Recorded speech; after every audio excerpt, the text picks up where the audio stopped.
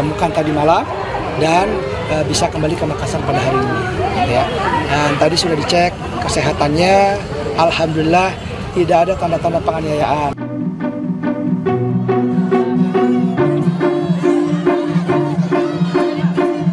Tangis haru dan rasa syukur dirasakan orang tua balita yang berhasil diselamatkan dari penculikan.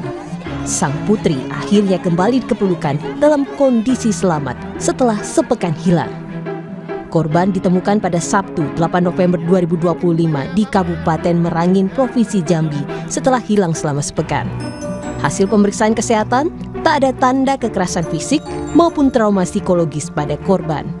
Ditemukan tadi malam dan bisa kembali ke Makassar pada hari ini. Ya. Dan tadi sudah dicek kesehatannya, alhamdulillah tidak ada tanda-tanda penganiayaan, ya, dan kondisinya juga baik. Secara psikologis juga sudah dicek, ya. Dari Bu Kadis juga sudah ngecek semuanya, alhamdulillah dalam kondisi yang sangat baik. Anaknya juga ceria, baru kita terima anaknya, ya. Jadi akan kami dalami pelaku-pelakunya, jaringannya, tindak pidananya. Korban dilaporkan hilang pada 2 November saat menemani sang ayah berolahraga di Taman Pakui Sayang, Kota Makassar, Sulawesi Selatan. Dalam rekaman CCTV, korban dibawa secara tergesa-gesa oleh seorang perempuan tak dikenal. Saat ini, para pelaku penculikan telah ditangkap dan tengah diperiksa di Polrestabes Makassar. Jadi untuk kejadian sendiri memang sudah sekitar 1 minggu, 6 hari yang lalu. Dan anggota kami memantau pergerakan dari pelaku ini melalui saksi-saksi yang ada di lapangan, juga CCTV yang kami lihat. Nah, dari pengembangan para pelaku itu diketahui ada pelaku yang ternyata tinggal di tempat lain, sehingga kami juga mendatangi ke sana, ke Jawa Tengah, dan dari situ kami mendapatkan keterangan bahwa korban sudah berada di Jambi. Nah, ketika berada di Jambi, kami berupaya juga untuk melakukan pelacakan, di mana korban ini diserahkan terakhir kepada orang yang melakukan transaksi untuk mendapatkan anak tersebut. Sehingga dari situ kami berhasil menemukan anaknya di Jambi, di tengah pedalaman begitu, tengah hutan. Setelah itu kami bernegosiasi untuk bisa mengambil kembali anaknya dan bisa kembali lagi ke Makassar pada hari ini. Oke, dari peristiwa ini ada berapa pelaku yang terlibat, Pak? Dan selama sepekan hilang, korban dibawa kemana saja? Untuk pelaku, besok kami akan rilis. Sampai saat ini kami masih melakukan pemeriksaan. Jadi pemeriksaan itu dilakukan maraton mulai dari beberapa hari lalu. Besok kami akan rilis beberapa pelaku dan perannya masing-masing.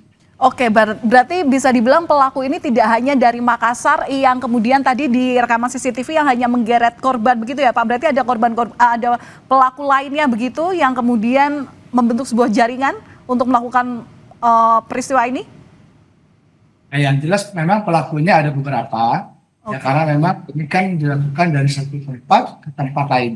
Jadi ada beberapa, dan ini masih kami lakukan pemeriksaan semua. Apakah pelaku ini bagian dari sindikat penculikan anak, Pak? Karena pelaku menjual melalui media sosial? Ya, memang diketahui ada pemesanan dari orang-orang tertentu untuk mendapatkan korban.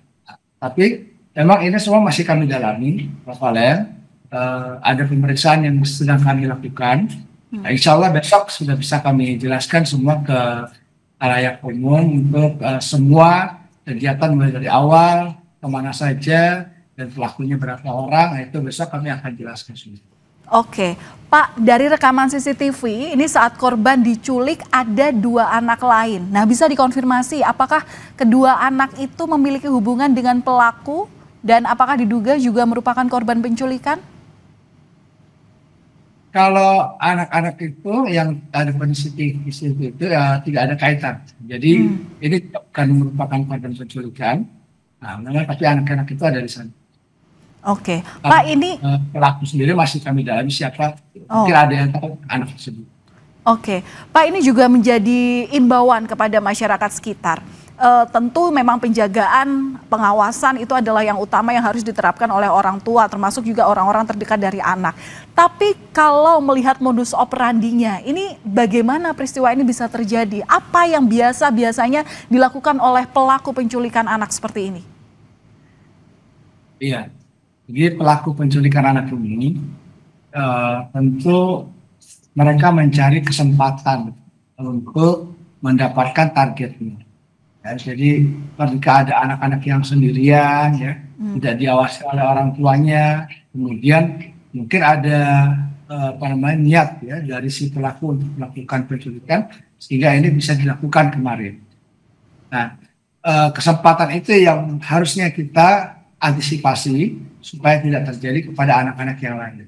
Tetapi terkait dengan modus operandi yang dilakukan oleh si pelaku sendiri, sampai saat ini kami masih membuat rangkaiannya. Kami sedang melakukan pemeriksaan dari tersangka satu dengan tersangka yang lainnya, sehingga nanti kalau sudah lengkap ceritanya kami akan rilis. Oke, kami apresiasi penindakan yang dilakukan oleh Polri sehingga anak bisa kembali ke orang tuanya, ke pangkuan orang tuanya. Tapi kejadian ini, korban balita usia 4 tahun ini adalah korban pertama atau sudah ada korban lainnya juga, Pak?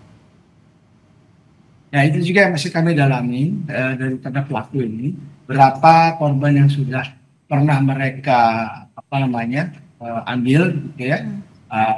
Nanti dari hasil pemeriksaan akan kami sampaikan. Tapi korban ini yang kami dapatkan kemarin itu sudah kami lakukan pemeriksaan dan kesehatannya juga cukup baik, ya, sangat baik, malah secara psikologis juga sangat baik. Sudah dilihat oleh dinas-dinas terkait, dan alhamdulillah tadi kembali dengan keadaan